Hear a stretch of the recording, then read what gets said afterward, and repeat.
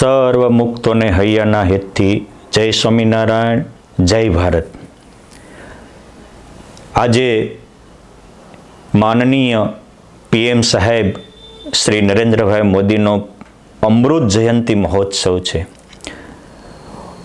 17 September 1950માં ભારતના ગુજરાત રાજ્યના વડનગરમાં દામોદર દાસ અને માં હીરાબાને કુખે એક હીરો જન્મો, અને એ હીરો એટલે માનનીય મોદી સાહેબ.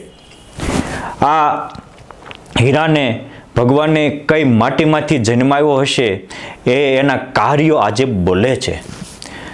મોદી સાહેબ એ એક એવું વ્યક્તિત્વ છે કે માત્ર એક સારો લીડર દેશને મળે તો દેશને શું ફાયદો થાય એ આપણે એના કાર્યકાળ દરમિયાન જોઈ શક્યા છીએ.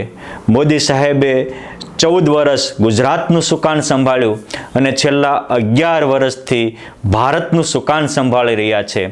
એના એક એક કાર્ય તમામ દેશવાસીઓના હૃદયના ધબકારાને ઉજાગર કરનારા છે.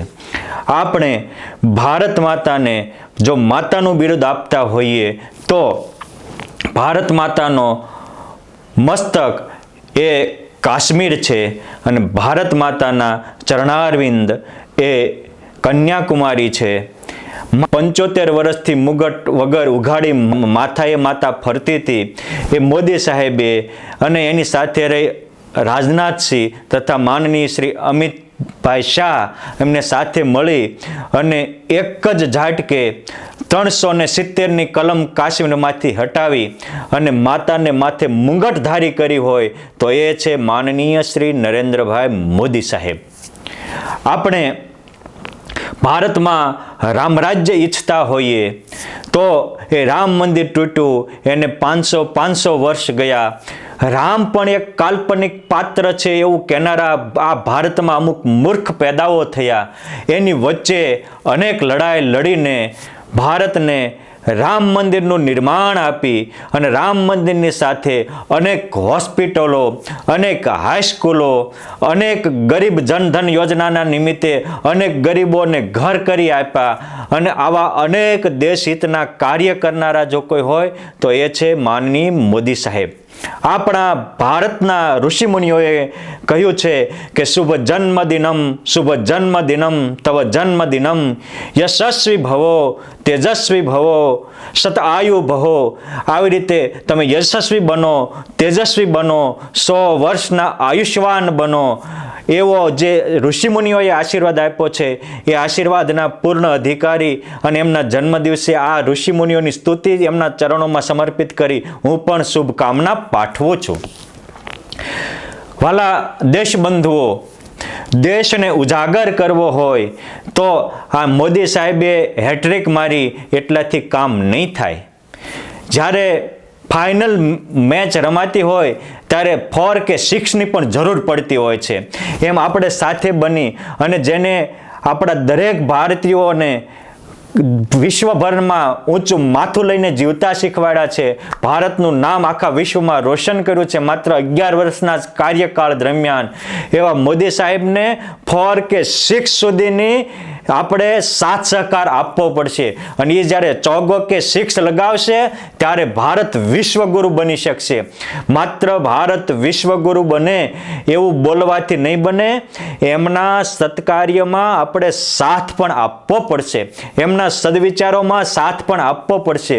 મોદી સાહેબે ગુજરાતની 2 વાત કરું તો એક વાત એ છે કે ગુજરાતમાં જ્યારે મોદી સાહેબ આવ્યા 2001માં અને પછી ગોધરાકાંડ ખેલાણો, એ ગોધરાકાંડમાં એ વખતે ગોધરાની પરિસ્થિતિ એ હતી એ મેં મારી નજરે જોયેલી કે ત્યાં સાંજે 5-6 વાગ્યા પછી યુવાન પણ બહાર નીકળી શકતો નહીં. ગોધરામાં પાકિસ્તાનના ઝંડા લહેરાતા હતા અને એને કારણે તે એને કહેવાતા અમુક લોકોના ધાર્મિક સ્થાનમાંથી નીકળી અને લોકોની ટ્રેન સળગાવી.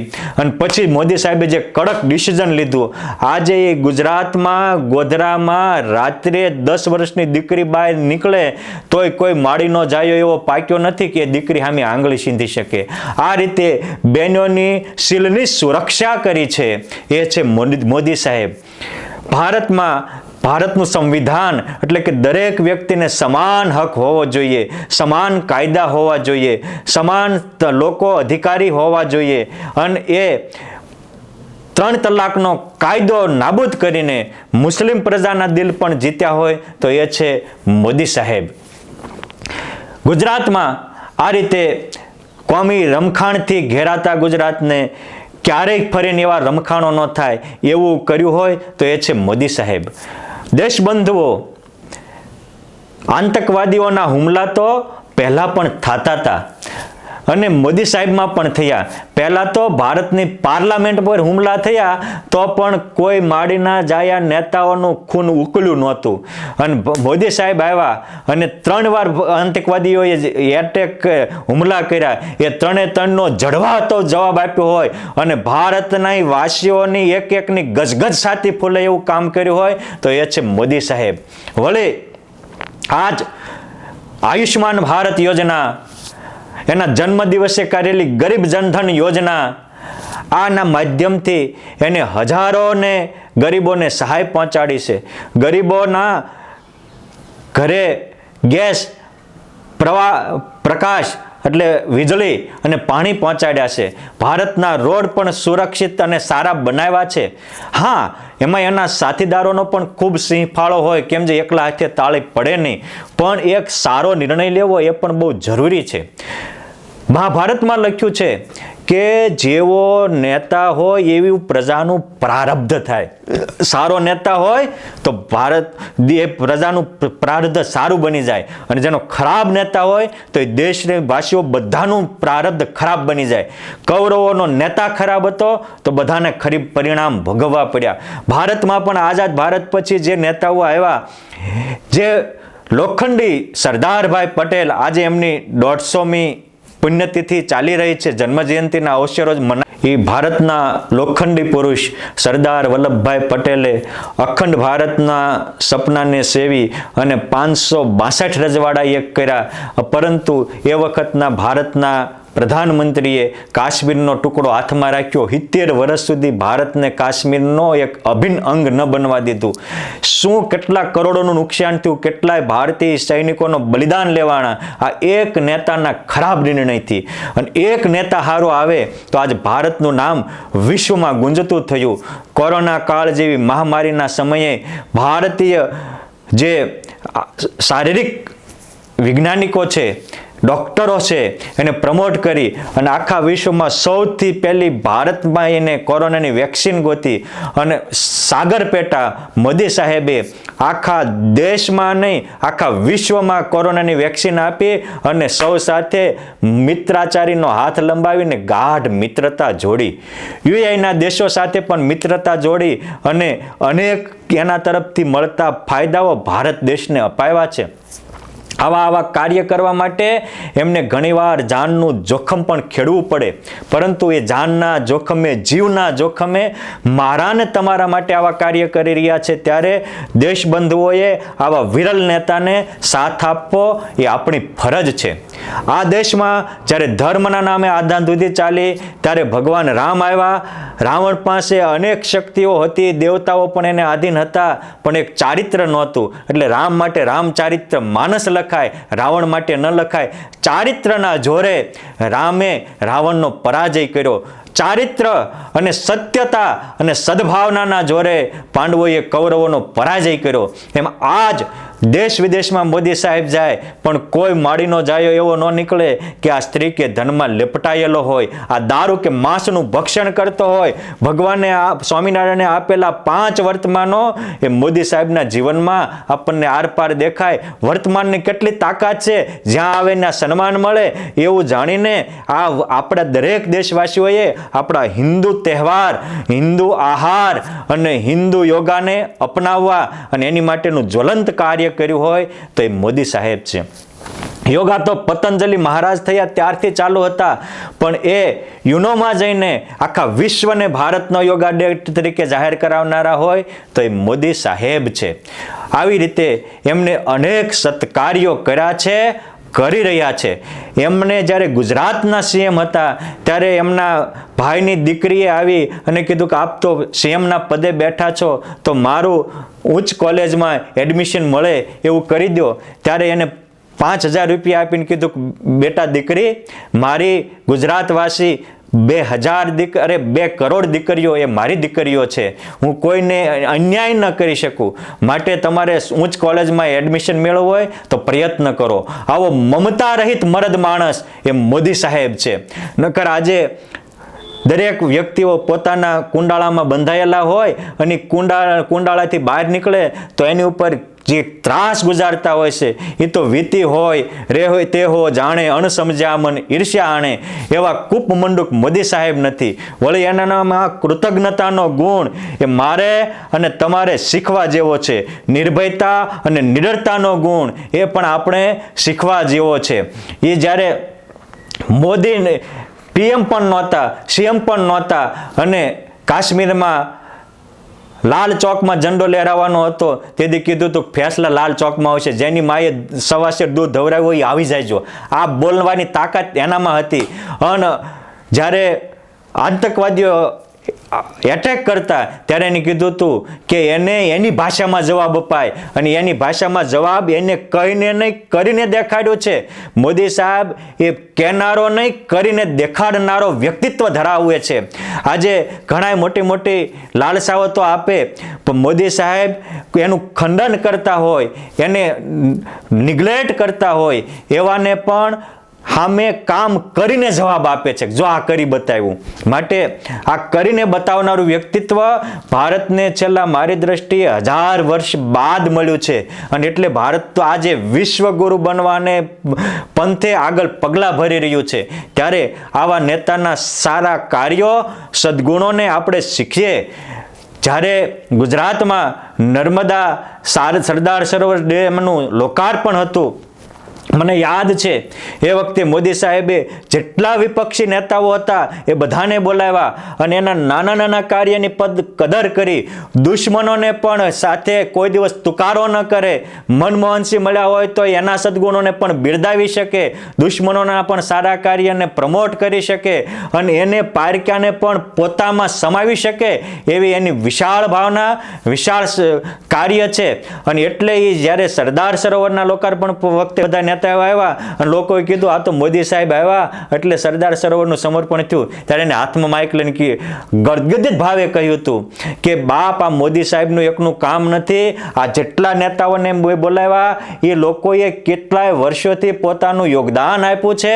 માટે આ તમામ યશના બધા જ ભાગીદારી છે. એ મોદી સાહેબ પ્રધાનમંત્રી બન્યા પછી પણ પ્રધાન સેવક બનીને સ્વચ્છ ભારતનું એલાન કરી પોતે હાથમાં હાવણો લઈ અને વાળી પણ શકે અને ગરીબોને પ્રોત્સાહન કરવા માટે ગંગાનું શુદ્ધિકરણ કરતા હોય કે કુંભ મેળામાં કોઈ શુદ્ધિકરણ કરતા હોય તો એના પગ આદિવાસીઓના, ભારત માતાને શુદ્ધ કરનારા આદિવાસી લોકોના પણ પગ ધોઈ શકે. આટલું નિર્માની વ્યક્તિત્વ અને છતાં નિડર અને નિર્ભય વ્યક્તિત્વ હોય તો એ મોદી સાહેબનું છે.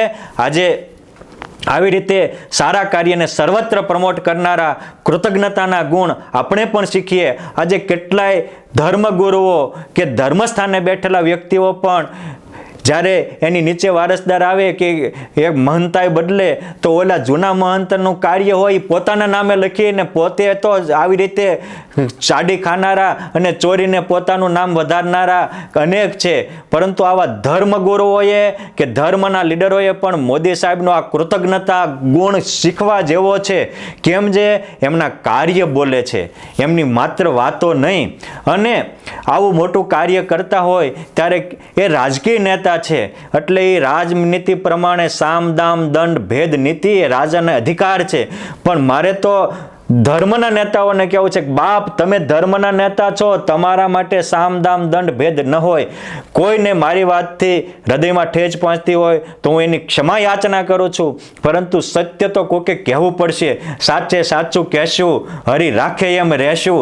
માટે આ મોદી સાહેબનું કાર્ય વળી રાષ્ટ્ર નિર્માણનું મારી દ્રષ્ટિએ અજોડ અને અનુપમ કાર્ય હોય તો એ ભારતની મૂર્તિઓ અને ભારતના મેન્યુસ્ક્રિપ્ટોને આજે વિદેશમાં જઈ અને ભારતની ધરોહરની અહીં પાછી લાવે છે. નાલંદા અને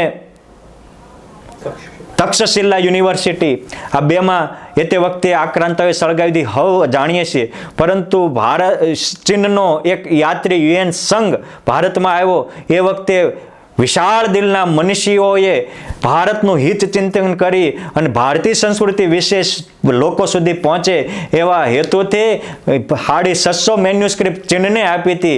જ્યારે મોદી સાહેબ ત્યાં ગયા તો એ 650 મેન્યુસ્ક્રિપ્ટને ડિજિટલ કરી અને ભારતમાં લાવનારા અને ભારતનો સંસ્કૃતિનો ખજાનો ભારત સુધી પહોંચાડનારા એ મોદી સાહેબ છે.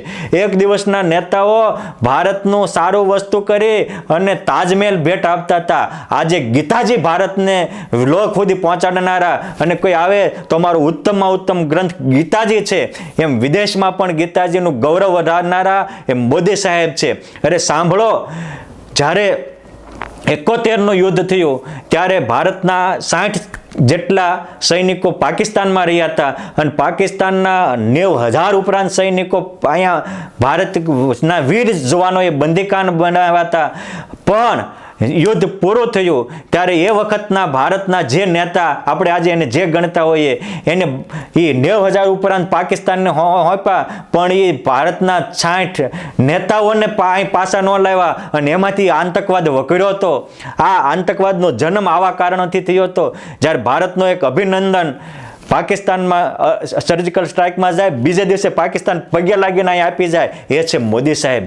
એ ભારતના જુવાનો યુક્રેન અને રશિયાના યુદ્ધમાં ફસાયા હોય તો યુદ્ધને વિરામ આપી ભારતીય પ્લેનો મોકલી ભારતના તિરંગાવાળાને દુશ્મનોના કે ભારતનો તિરંગો લઈ અને એના યુવકોને સુરક્ષિત પારસ પહોંચાડી શકે એવા સત્કાર્યો કરાવતા હોય પરમાત્મા જેના હાથે, તો એ મોદી સાહેબ છે.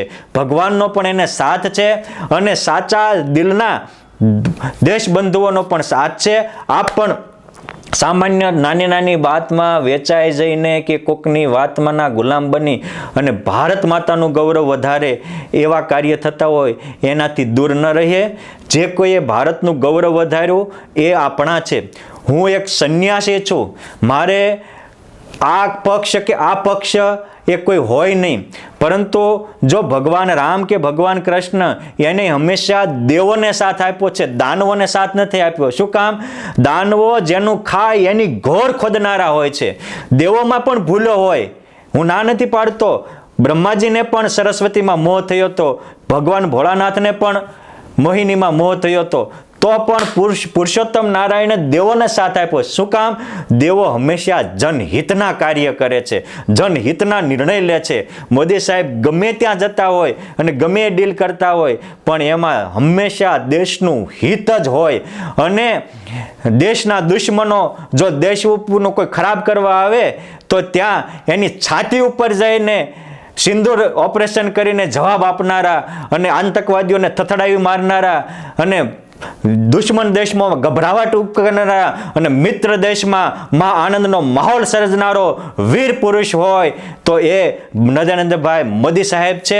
એમના અમૃત જયંતિ મહોત્સવે હું એમને ખૂબ ખૂબ શુભકામનાઓ પાઠવું છું અને દેશબંધુઓને પણ વિનંતી કરું છું કે આપ પણ આવા સત્કાર્યના સહભાગી બની ભારત દેશનું નામ રોશન કરવામાં, હિન્દુસ્તાનનું નામ રોશન કરવામાં સહભાગી બનો અને એને જે સ્વચ્છ ભારત અને સ્વચ્છ ભારત આયુષ્માન કાર્ડ યોજના એનો પણ લાભ ઉઠાવો અને એમની સાથે જે કોઈ મોદી સાહેબને ખભે ખભો મિલાવીને સાથ આપનારા જે કોઈ નેતાઓ છે, માનનીય અમિતભાઈ શાહજી, રાજેન્દ્રનાથજી, શિવરાજ ચૌહાણ, યોગી આદિત્યનાથ, CR પાટીલ વગેરે એમના ટીમના જે નીતિનભાઈ ગડકરી વગેરે ટીમના લીડરો અને ટીમને પણ જે કોઈ સાથ સહકાર આપે છે, RSSના કાર્યકરો જે એમને સાથ સહકાર આપે છે એમને પણ હું ખૂબ ખૂબ શુભકામનાઓ પાઠવું છું.